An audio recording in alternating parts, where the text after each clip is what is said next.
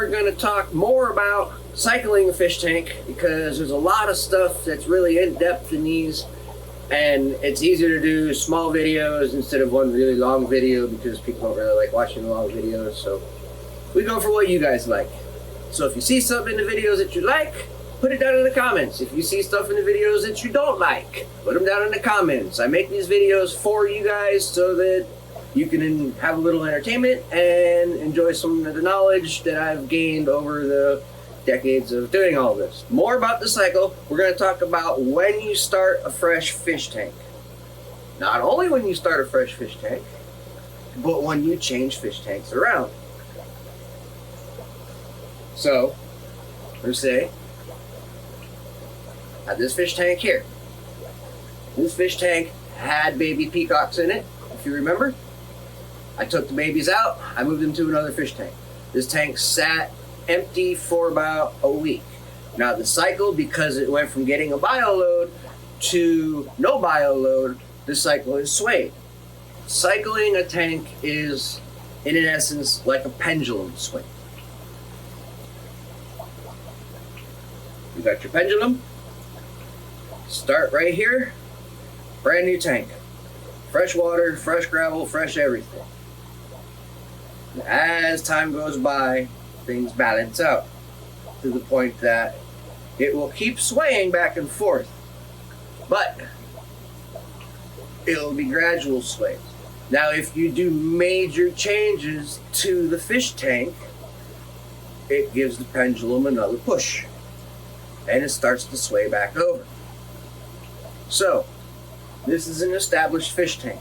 It had babies in it, a lot of babies. Took the babies out, I moved the babies. It sat empty, pendulum started swinging again. Now, the peacock spit out Synodontis catfish babies. Yes, this is what happens when you turn around and you mix lakes. Synodontis catfish will never, in its life, in real world situations, ever meet a peacock cichlid, because one's Tanganyika, one's Malawi. Two different lakes, two different areas, not gonna happen. Peacocks are mouth brooders. They grow the babies, they carry the eggs, they hatch the eggs, they grow the babies in their mouth initially. Catfish, on the other hand, act like they're fighting. They drop eggs, they fertilize the eggs hit the ground, then for some strange reason, the catfish turns around and eats the eggs if they see them. So, it's a real low hatch out rate for catfish unless you can manage to isolate the eggs. Now, breeders that are intentionally trying to breed these fish will put lifted bottoms so that as they drop the eggs go through and they can't get to them. Then they'll remove the breeding pairs, let the eggs hatch, either move the fish or let them grow up in that brooding tank. That's one way to do it. I had the catfish in the 90-gallon in the living room. They've been there for years. I put the peacocks in there because I got tired of the other fish that were in there. It happens. I wanted colorful stuff. I'm breeding a lot of peacocks. Put them into a tank that they're going to get seen and enjoyed. It works.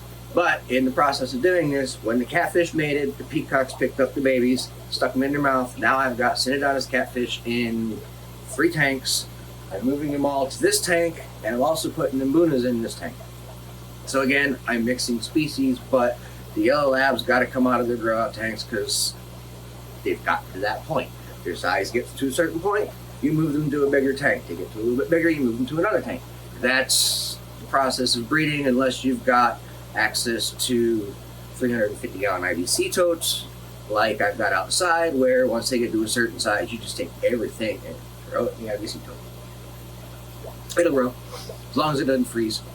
We were at 26 degrees this morning. This is mid-Florida. We're not supposed to get that cold, but here we are, Christmas time, yay!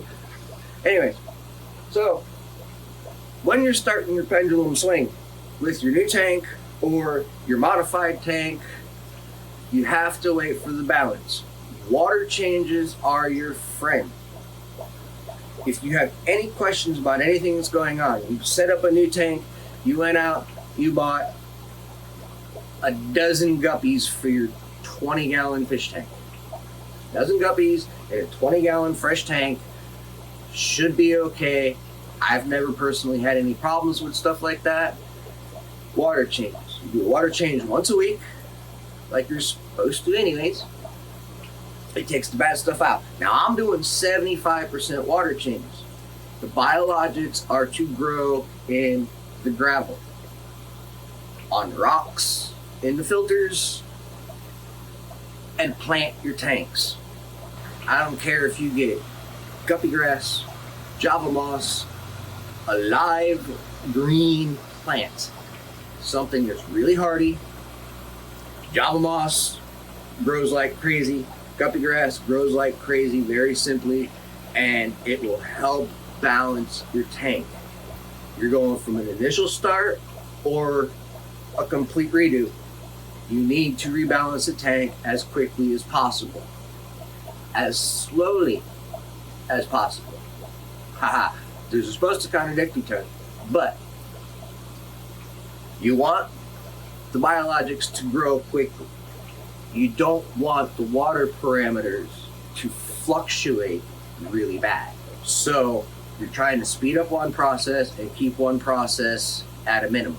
Water changes, if you test your water halfway through the week and things are going crazy, 50% water change. Dump it, fill it, give it a couple hours to balance and resettle, because you've got all the fresh water mixing with the old stuff. Give it a little bit of time, half hour, hour, check the water, see where it's at. Next day come back, let things settle. If you got fish that are going belly up, they could have been weak from the store. You get stuff from the store, especially big chain stores, it's not always high quality.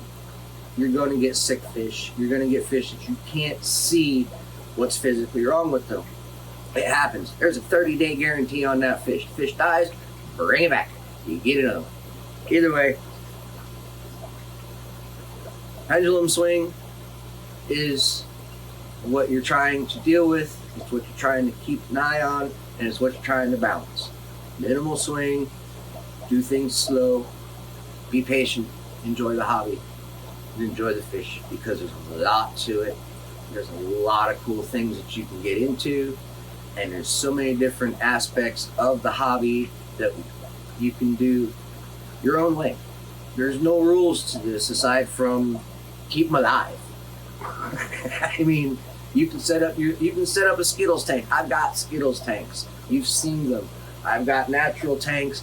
I've got gravel tanks. I've got a wide variety. Why? Because it's neat.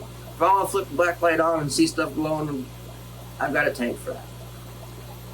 Just happens to be the benefit of having multiple tanks.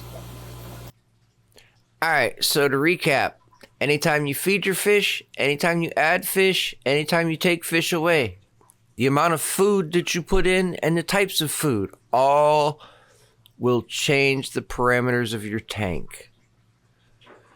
Nitrogen is from decay and bioload, so it is what it is. Keep it as balanced as you possibly can, and don't stress it too much. I'm glad you guys made it to this far in the video. I'm gonna wrap it up here. Remember, be patient, take it slow, don't freak out. It's a hobby after all, enjoy it. Filtration's your friend, water changes are your friend. And keep it pretty. Have a good one, everybody. If you liked the video, hit the like button, please. It really helps. Throw a comment in there if you agree or disagree, or if this helped at all. Let me know. And subscribe to the channel if you haven't already, because we've got more coming on.